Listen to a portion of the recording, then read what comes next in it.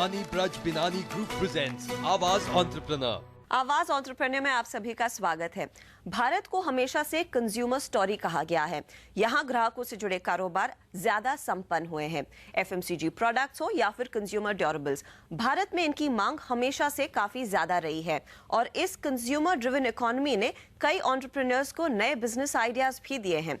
आज आवाज एंटरप्रेन्योर में हम ऐसे ही एक बिजनेस आइडिया पर फोकस कर रहे हैं, लॉन्ड्री बिजनेस।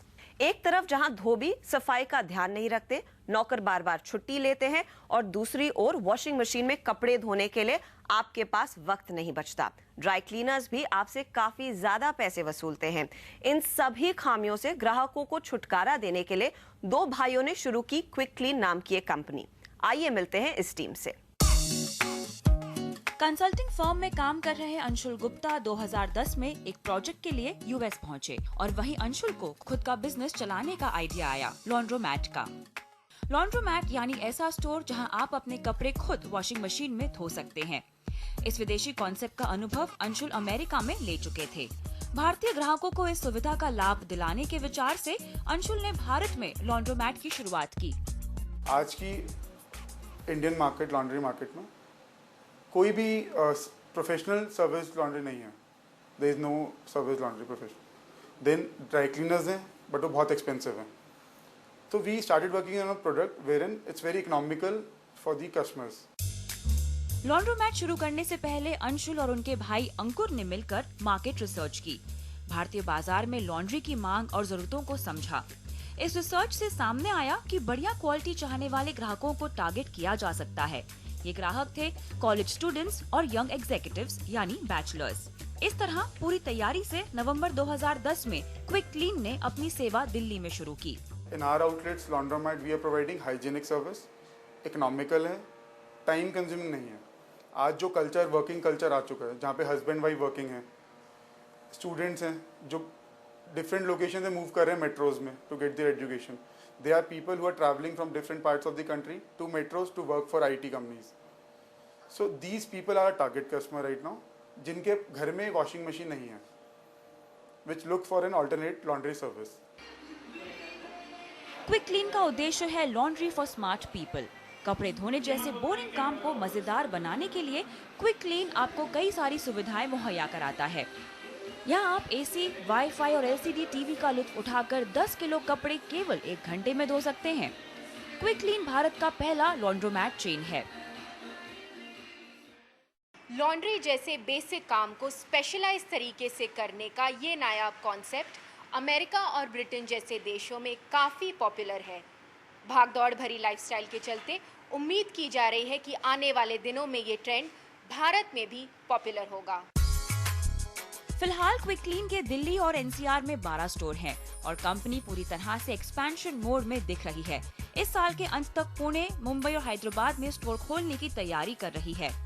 क्विक क्लीन के को-फाउंडर अंकुर गुप्ता मानते हैं कि पिछले 2 सालों में उन्हें बहुत अच्छा रिस्पांस मिला है। स्टूडेंट्स हैं, बैचलर्स हैं, वर्किंग प्रोफेशनल्स हैं, उनको जरूरत है आज के टाइम में। और मैं भी हॉस्टल में रहा था अपने कॉलेज डेज में, तो मुझे भी उस टाइम बहुत प्रॉब्लम होती थी वॉशिंग के लिए, क्लोथ्स के लिए। तो it was a tremendous response we got for the public. Gupta बंधुओं ने क्विक क्लीन की शुरुआत करीब 80 लाख रुपए की लागत से की, लेकिन इस छोटे से कारोबार की कामयाबी का अंदाजा इस बात से लगाया जा सकता है कि 2011-12 में क्विक क्लीन का टर्नओवर 3 करोड़ रुपए था। इतना ही नहीं, इस साल कंपनी ने 10 करोड़ टर्नओवर का लक्ष्य रखा है। क्विक क्लीन को इस विदेशी कॉन्सेप्ट को भारत में लाने का फायदा तो जरूर हुआ, लेकिन आने वाले समय में इस कारोबार को आगे बढ़ाने के लिए कंपनी को न सिर्फ देश भर में इसका विस्तार करना होगा, बल्कि अपनी सर्विसेज को और बेहतर बनाकर ग्राहकों को आकर्षित करना होगा। रूपश्री नायर, दिल्ली। क्विक क्लीन की तरह कई और एंटरप्रेन्योर्स भी हैं जो इस तरह के बिजनेस के अलग अलग तरीके इजाद कर रहे हैं। उनसे मिलेंगे ब्रेक के बाद।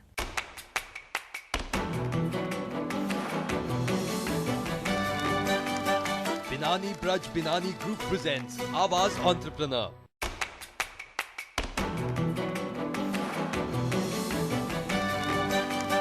बिनानी ब्रज बिनानी ग्रुप प्रेजेंट्स आवाज एंटरप्रेन्योर। ब्रेक से पहले हमने देखा कि लॉन्ड्रोमार्ट का कारोबार किस तरह भारत में भी अपनी पकड़ जमा रहा है। अब बात विलेज लॉन्ड्री सर्विस की, जिन्होंने 2009 में चमक डायरेक्ट की सेवा शुरू की, जहां कपड़े धोने के अलावा होम पिकअप और होम डिलीवरी जैसी सुविधाएं भी शामिल हैं। हमारे साथ है कंपनी के सीईओ सुशील मुंगेकर और साथ ही इनोसाइट के स्कॉट डी एंथनी, जिन्होंने वीएलएस में निवेश किया है। Welcome to the show gentleman. Sushil, शुरुआत मैं आपसे करूंगी। 2009 में आपने बिजनेस की शुरुआत की। आम लॉन्ड्री बिजनेस से आपका कारोबार कितना अलग है?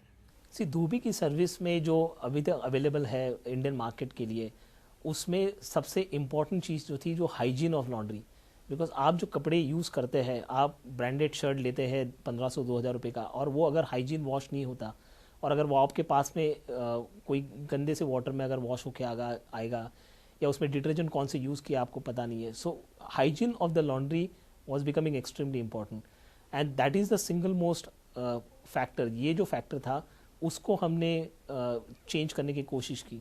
सो हमारा जो पूरा मॉडल जो हमने बिल्ड किया है, वो पूरी तरह से हाइजीन लॉन्ड्री एक मिडिल क्लास या जो एस्पायरेंट मिडिल क्लास जिसको बोलते हैं अभी हम लोग, जो अच्छी क्वालिटी के लिए प्रीमियम देना चाहेगा, उसके लिए हाइजीन लॉन्ड्री उसके घर पे अगर लाके 24 घंटे में कोई दे दे। So these are the value propositions. ये जो उसको जो उसकी समस्याएं थी उसको सुलझाने के लिए पूरा ये विलेज लॉन्ड्री सर्विस का जो चमक ब्रांड के लॉन्ड्री जो है, उसकी कोशिश यही थी। Scott, are you happy with the way things are going at VLS, especially in the terms of returns? Are you convinced that this business is likely to grow from here? You know, the thing that's so interesting, and this is always true when you look at the creation of a new business, the business that we started and the business that exists today are completely different businesses, because the business has had to iterate and change as it's learned in the marketplace. We're incredibly pleased with where we are today, even though it's not at all what we envisioned in the beginning, because we've learned a lot during that journey, and we now think we're really positioned for breakthrough growth. And honestly, it's taught us a lot about the process of really starting a business up in India, which helps inform some of the work we do with companies to give them the same kind of advice. सुशील, वैसे देखें तो laundry हर गली नुक्कड़ में आपको मिलती है, लेकिन भारतीय बाजार में क्योंकि आपने बिजनेस सेटअप किया है एक अनोखे अंदाज में, आपका क्या अंदाजा है, आपका क्या आकलन है, भारत में क्या चलता है? भारतीय बाजार में अगर आपको कोई भी चीज़ अगर विदेशी मार्केट से अगर लानी है, तो उसमें सबसे इम्पॉर्टेंट चीज़ जो रही है उसको इंडियनाइज करना, उसको भारत के कस्टमर के नज़रियों से देखना। जैसे लॉन्ड्रोमैट कंसेप्ट पे हमने काफ़ी विचार किया, हमने डिबेट किए, और फिर पता चला कि भारतीय जो लॉन्ड्री जो है, जो कपड़े जिस तरह से धुले जाते हैं, या तो वो घर में धुले जाते हैं, या तो घर की जो महिलाएं है वो धोती है, या थोड़े एफ्लुएंट हो जाएंगे तो मेड सर्वेंट्स आती है वो धोती है, या तो फिर वो धोबी के पास जाते हैं। ये दोनों मॉडल्स में कपड़े घर पे आते हैं और घर से लेके जाते हैं या घर पे लेके आते हैं। So home pickup and delivery, घर से कपड़े लेके जाना और घर पे कपड़े लेके आना, ये काफ़ी अहम चीज़ रही है। लॉन्ड्रोमैट जो आप काफ़ी डेवलप कंट्रीज़ में देखोगे, जहाँ पे कॉइन ऑपरेटेड लॉन्ड्री है, जहाँ पे आदमी जाके लॉन्ड्री दे के आता है और वहीं पे खड़ा होकर वो करके लेता है, those kind of models adopt करना इंडियन मार्केट में was becoming extremely important. And आप अगर वीएलएस की पूरी जर्नी देखोगे 2009 से 2012 तक आज तक, हमारा ट्रांजिशन यही रहा है कि कस्टमर के जो नीड्स है, भारतीय कस्टमर के जो नीड्स है, उसके कैसे नज़दीक जाए और उसको क्या चाहिए वो दे दे। Scott, this is of course a very novel idea in India. We've seen it in different formats across the world, laundromats especially, which is what we were talking about earlier. But how do you see this market grow in India?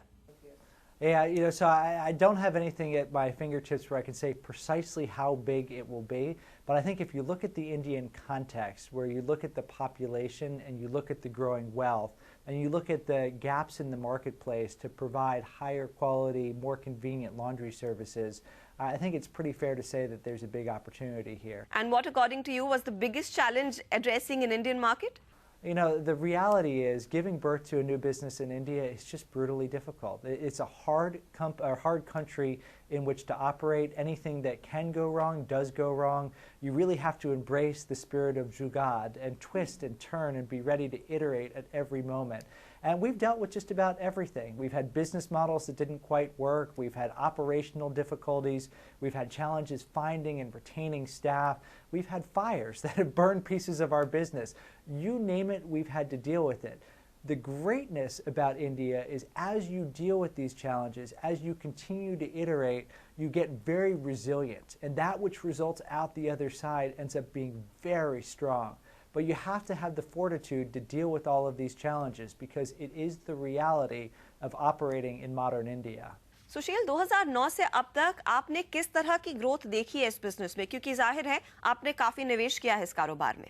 From initial investment, what we have done, it has almost doubled, on a ballpark figure, बिल्कुल दुगना हो गया है अगर आप ballpark figures पे इसको देखे जाए तो.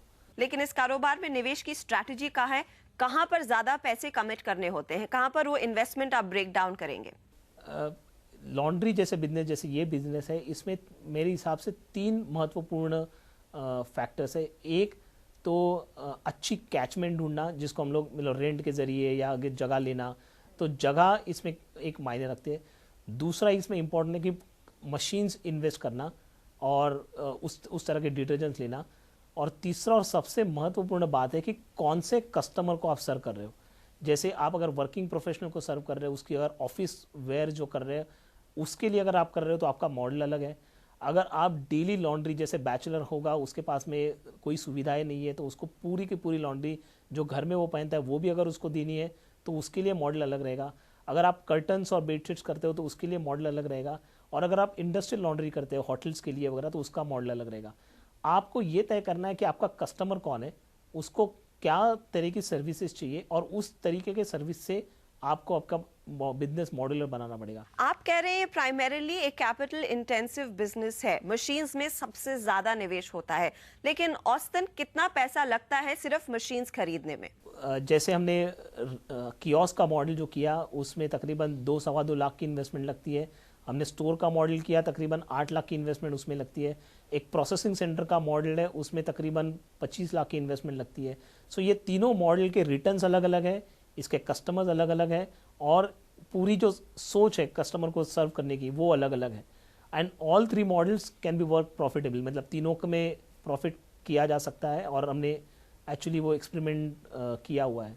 और अगर किसी को ये नया कारोबार शुरू करना है, आपके अंदाजे से कौन सा वो टारगेट एरिया होना चाहिए जहां पर सबसे पहले स्टोर्स खोले जाएं? जैसे मैंने पहले बताया कि आप अगर आपका कस्टमर नैरो डाउन करे कि मुझे इंडस्ट्रियल लॉन्ड्री करनी है, मुझे होटल्स की लॉन्ड्री करनी है, तो होटल के नज़दीक होना 2-3 किलोमीटर रेडियस में अगर 4-5 होटल्स है सो दैट बिकम्स कैचमेंट.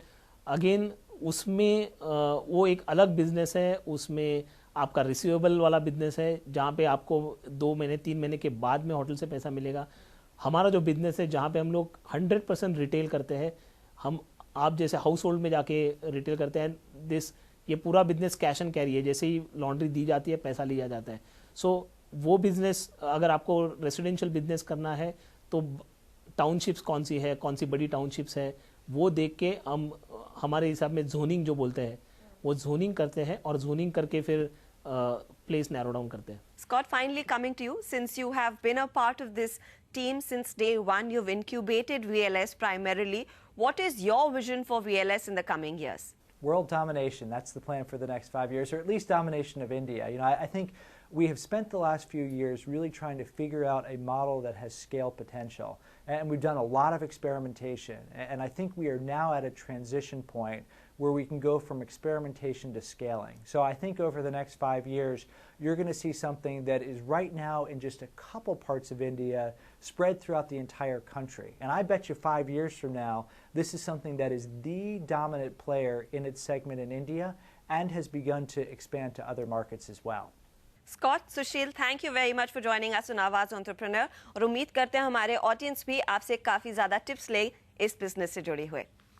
तो उम्मीद करते हैं आप भी क्विक क्लीन और VLS की तरह एक सिंपल आइडिया से अपने कारोबार की शुरुआत करेंगे ताकि आपको भी मिलेगी कामयाबी वक्त से पहले और किस्मत से ज़्यादा. अब वक्त हो रहा है एक छोटे से ब्रेक का, लेकिन ब्रेक के बाद कारोबार से जुड़ी आपकी सारी समस्याओं का जवाब देंगे जगदीश शनॉय. बने रहिए हमारे साथ.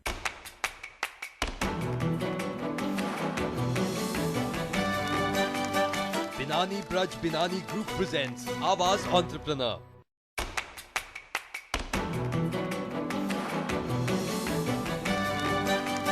Binani Braj Binani Group presents Awaaz Entrepreneur. Welcome back. आप देख रहे हैं आवाज एंटरप्रेन्योर.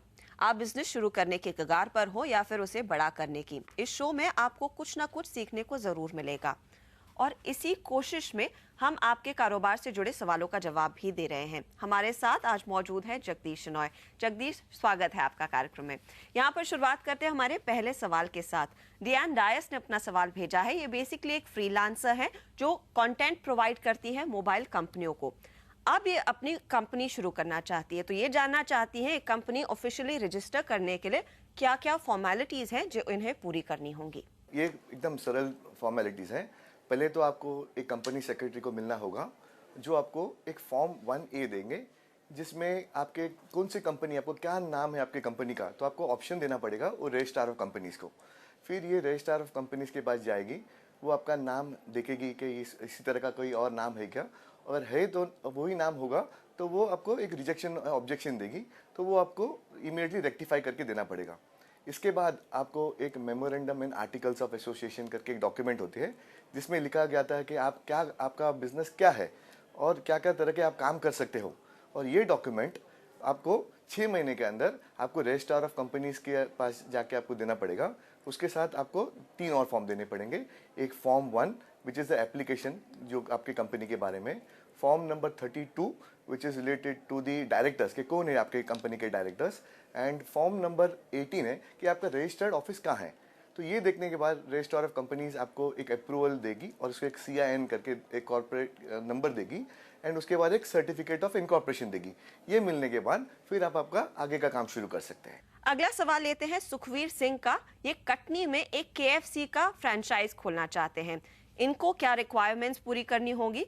फिलहाल ये एक मैनेजर के तौर पर अपने अंकल की होजरी कंपनी में काम कर रहे हैं। निवेश के लिए इनके पास 10 लाख रुपए हैं। तो मैं आपको पहले बताना चाहता हूँ कि KFC फ्रेंचाइजी ये 10 लाख से उनको काफ़ी ज़्यादा उनको इन्वेस्टमेंट करना पड़ेगा, तो लगभग 1 और 2 करोड़ के बीच में इनकी इन्वेस्टमेंट लगेगी इसके लिए। उसके अलावा KFC उनसे एक फ्रेंचाइजी फ़ी भी लेगी, वो भी लगभग 10 और 12-15 लाख के ऊपर डिपेंडिंग ऑन कहाँ पे उनकी ऑफिस है वो लगेगी। उसके अलावा KFC हर साल उनसे एक कमीशन भी लेगी विच इज़ बेस्ड ऑन उनका रेवेन्यू के हिसाब से वो हो जाती है। और जब वो KFC के फ्रेंचाइजी लेंगे तो उनका नियम पालन करना पड़ेगा, जैसे कि उनको लाइसेंसेस लेनी पड़ेगी, फूड लाइसेंस लेनी पड़ेगी, शॉप एंड एस्टेब्लिशमेंट लाइसेंस लेनी पड़ेगी, और उनके जो नॉर्म्स होते हैं जैसे कि safety, health and safety norms है, तो वो सारे उनको फॉलो करने पड़ेंगे। और मगर एडवांटेज ये है KFC जैसे बड़ी कंपनी जो इंटरनेशनल ब्रांड है, तो जैसे इंटरनेशनल ब्रांड हो जाती है तो उनको ऑटोमेटिकली कस्टमर्स अपने आप आ जाती है। और KFC उनको काफ़ी तरह से ट्रेनिंग प्रोवाइड करते हैं उनके स्टाफ को, जो अच्छी तरह से और अपना व्यापार बढ़ा सके, धंधा और बढ़ा सके। और उनको रेगुलरली उनका जो प्रोसेसेस है वो सबसे एडजस्ट सिस्टमैटिक होता है, तो उनको KFC अच्छी तरह से उनको समझाती है आपको धंधा इस तरह से करना है और ऐसे लोगों से मिलना है, तो इस तरह से उनको काफ़ी फ़ायदा हो जाता है। तो उनको हर एक को उनको सोचना है कि उन्हें कितना इन्वेस्ट करना है और उसी हिसाब से कितना फ़ायदा है, तो अपने इन्वेस्टर के ऊपर डिपेंड है। जगदीश, क्योंकि सुखवीर के पास 10 लाख का ही क्वांटम है और आप कह रहे हैं एक नॉर्मल इंटरनेशनल फ्रेंचाइजी में काफ़ी ज़्यादा निवेश होगा, इनके लिए क्या विकल्प है? ज़रूर। तो अभी काफ़ी छोटे ब्रांड्स, इंडियन ब्रांड्स जो है, तो उनको डेफिनेटली वो अप्रोच कर सकते हैं। उनका टर्म्स भी शायद इतना बड़ा नहीं होगा, जो 1 करोड़ इतना नहीं होगा, बट इतना ज़रूरी है कि उनको एक्सपीरियंस होना ज़रूरी है ये फील्ड में, ये फूड एंड बेवरेजेस फील्ड में। तो उनको अप्रोच करके, और उनके पास एक अच्छी प्रॉपर्टी भी होनी चाहिए। ये फूड इंडस्ट्री में लोकेशन सबसे बड़ी अहमियत रखती है। अगर उनके पास अच्छे जगह पे प्राइम स्पॉट में अगर प्रॉपर्टी हो तो डेफिनेटली छोटी ब्रांड हो तो उनके साथ वो टाई अप कर सकती है। शुक्रिया जगदीश हमारे सवालों के जवाब देने के लिए। लेकिन आप भी अगर अपने कारोबार से जुड़े किसी तरह के सवालों का जवाब चाहते हैं, कुछ टिप्स चाहते हैं, हमारे जानकार आपकी मदद जरूर करेंगे। आपको हमें बस अपने सवाल भेजने हैं। साथ ही आपको हमारा कार्यक्रम कैसा लगा ये भी हमें जरूर बताएं। हमारे फेसबुक के पेज पर जाकर कमेंट अपना जरूर छोड़ें। आपने अगर ये पूरा एपिसोड नहीं देखा है तो आपको ये पूरा एपिसोड YouTube पर जरूर मिलेगा। अगले हफ्ते आपसे फिर मुलाकात होगी, तब तक के लिए नमस्कार।